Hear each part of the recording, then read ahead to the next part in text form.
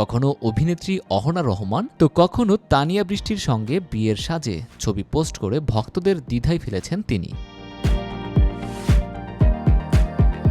তবে এবার আর দ্বিধা নয়, ছোট পর্দার এই জনপ্রিয় অভিনেতা সত্যি বিয়ের পিঁড়িতে বসলেন। এবার বাস্তবেই জীবনের নতুন অধ্যায় শুরু করলেন তিনি।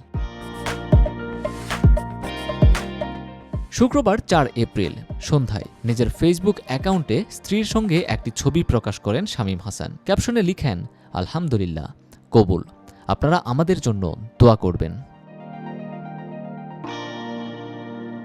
তবে স্ত্রীর সম্পর্কে বিস্তারিত কোনো তথ্য জানাননি তিনি। ধারণা করা হচ্ছে তার স্ত্রী মিডিয়ার কেউ নন। তবে শামীম হাসান সরকারের স্ত্রীর প্রোফাইল পর্যালোচনা করে দেখা যায় তিনি ফরিদপুরের মেয়ে আফসানা প্রীতি। পড়াশোনা করেছেন ড্যাফোডিল ইন্টারন্যাশনাল ইউনিভার্সিটিতে। প্রোফাইল পিকচারে বর্তমানে তাদের বিয়ের ছবিটি রয়েছে।